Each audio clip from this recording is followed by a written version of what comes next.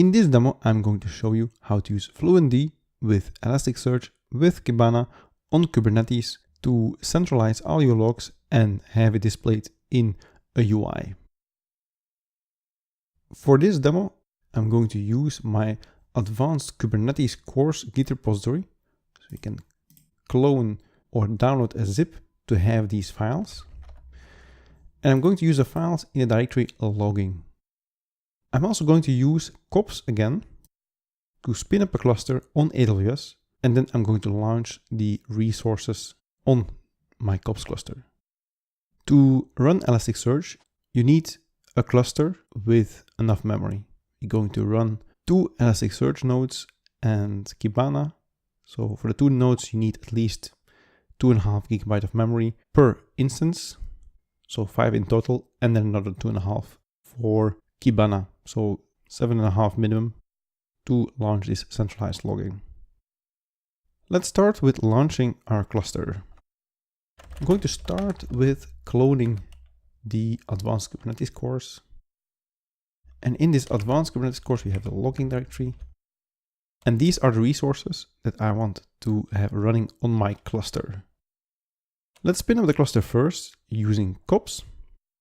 I'm going to create a cluster.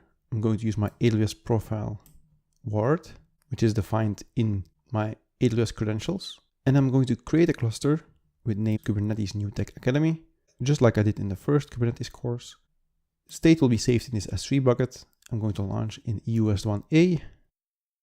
I will have 3 T2 mediums and 1 master will be a small. So I'm going to execute this. If I agree with this, then I do kops update cluster with the flag yes and the state, and then it's going to launch the cluster. The cluster is starting, should be ready in a few minutes. In the meantime, I will show you what is in all those resources. We have Fluentd, ElasticSearch, and Kibana. We have 1 difficulty because our stateful set will also need storage. So that's why we have a store.yaml. Let's start with Elasticsearch.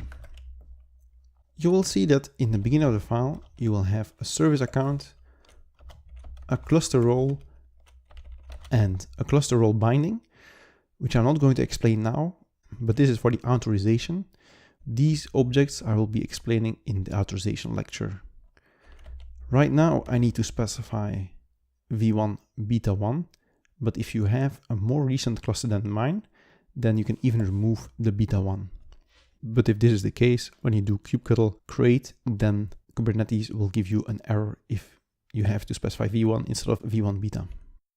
If you have authorization on, if you have it enabled, then these lines will create the necessary roles for you for this to work. Let's have a look at the stateful set with the name ElasticSearch logging, and we're going to launch it in the kube system namespace. You can use this as an add-on. I copied these files from the Kubernetes repository and they are meant to be used as an add-on. I'm just going to do kubectl add, but if you want, you can also use them as add-ons. We add a few labels here, and then we have the specification. We're going to have 2 replicas, so we're going to have 2 instances of Elasticsearch. Again, we're going to specify some labels. And then we have the containers that we're going to specify. The image comes from an Elasticsearch image that has been prepared by Kubernetes. It's hosted on the Google containers. It has a name ElasticSearch logging. We define resource limits. It needs more CPU on initialization. That's why the request is lower than the limit. And then we have the memory. We need 2.5. If you have a bigger cluster that has a lot of messaging, a lot of logging, then you might want to increase this as well. We have 2 ports that we're going to expose, 9200 and 9300. And then we have the storage. So every instance of Elasticsearch needs storage, durable storage that when the pod is restarted still needs to be there. So that's why we're going to use ES storage, and this is going to be mounted in /data. This ES storage is then defined at the bottom. And then we have a volume claim template here with the name ES storage. I'm going to say that the access mode is read-write once because it's going to be alias EBS volume. Storage class name is standard, which is then defined in storage.yaml. So here I just opened storage.yaml. Here we have then the name standard. And this is alias EBS volumes of general purpose 2, which is a storage class. And this needs to be launched in EOS 1A. So that's why we have this storage class here. So we have this storage class here that we refer to, and we say then just here that we need, with the name ES storage, an EBS volume that is 8 gigabytes. You can increase this if you need more. So what's going to happen, because we have a stateful set with 2 replicas, what's going to happen is there are going to be 2 EBS volumes, 1 for each replica. A stateful set is actually what I explained in the first Kubernetes course as a pet set. A pet set has been renamed. It stayed the same for the rest, but now it's called a stateful set. A stateful set you use when you need static host names. So ElasticSearch needs static host names because it's a cluster. They need to be communicating with each other. So you will always have a pod with the name ElasticSearch logging -0 and then -1 and then -2, depending on how many pods you have in your stateful set. So it's a predictable host. And also you will have this volume attached to your replicas. We also have environment names we pass. We pass the namespace and we pass a Java opt. Then we have a second container, the init container, and this is just going to run one command. And it's going to run a privileged command. It's going to set a kernel parameter because ElasticSearch requires VM max map count to be at least this number. That's why you're going to set this. If you already have this on a higher number, then you can remove this. So this needs to be here. If it's a lower number, then we need to set it to at least this number. If your operating system already has a number that is higher on the host system, then you don't need it. You could test this by logging into your instances and use syscontrol and then as argument just this without setting it to a value. And then you would see what this value is. So this is then ElasticSearch, the stateful set. And then we also have ElasticSearch service that we're going to use and to connect to port 9200, which is the API that we can connect to. Kibana is going to use this 9200 to connect to ElasticSearch. Then we have the Fluentd deployment. Again, we have authorization roles, and then here we have a daemon set. A daemon set means that on every physical node that we have, this pod is going to run on just once. So you have a daemon set. If you have 3 nodes, then Fluentd will run on every node exactly once. Again, namespace kube system. Then we have the spec template. Going to give it some labels again. There's also this annotation. Ensures that Fluentd does not get evicted if the node supports critical pod annotation-based priority scheme. I copied this from the official Kubernetes repository, so make sure that it doesn't get evicted. Then we have the container specification. We're going to use this image from Google Containers again. We're going to pass a few environment variables. Again, resource limits. We're going to have some volume mounts, var log, var lib docker containers, and a lib system directory and a config volume. These are then defined right here in the volumes. And this refers to the host path.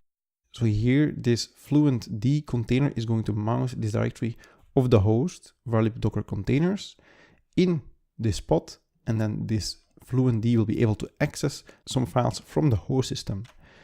And this because it needs to access the log files. So all the pods on that physical node will log to a directory on the host system. The pod logs, the container logs, will be in var lib docker containers. That's why Fluentd needs access to it, so it can parse these logs and send it to ElasticSearch. It also needs access to a few systemd libraries. That's why we have this lib system directory here. And we also have a config map. So this is the config volume that is then going to etc fluent configd. And this is going to be another file that is in my repo that contains the configuration, the Fluentd configuration. So then you can easily change the Fluentd configuration. One more thing to note that is very interesting is the node selector.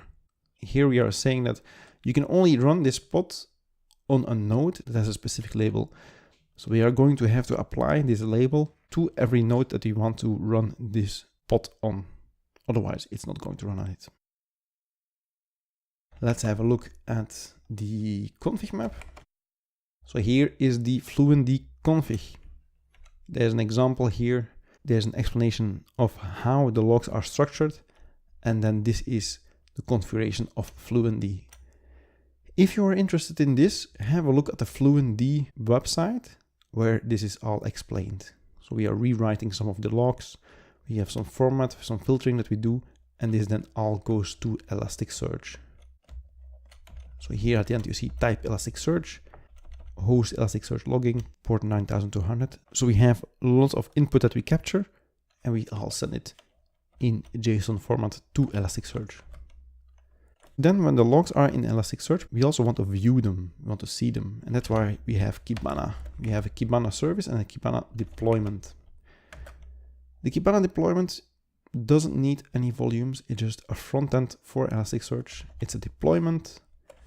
We're going to use the Kibana LogTrail 551. It comes from my repository. You can also use the official image rather than mine, but this doesn't have LogTrail in it. LogTrail is a plugin to show the logs in a nice format. You can easily search your log files and you don't need to create your own dashboard in Kibana to see your logs. Specify the Elasticsearch URL, port 9200 again. And we also specify a few other settings where we say we don't want XPack monitoring and XPack security.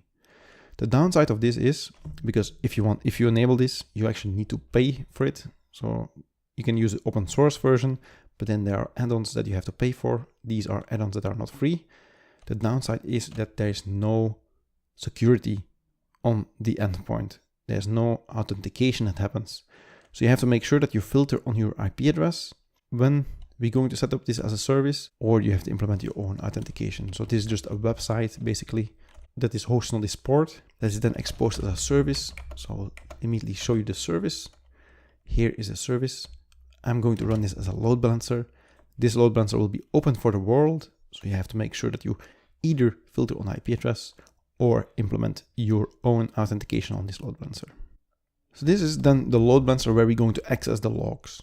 It will be an AWS load balancer on port 5601, and then we're going to access it, and it's going to give us the Kibana dashboard.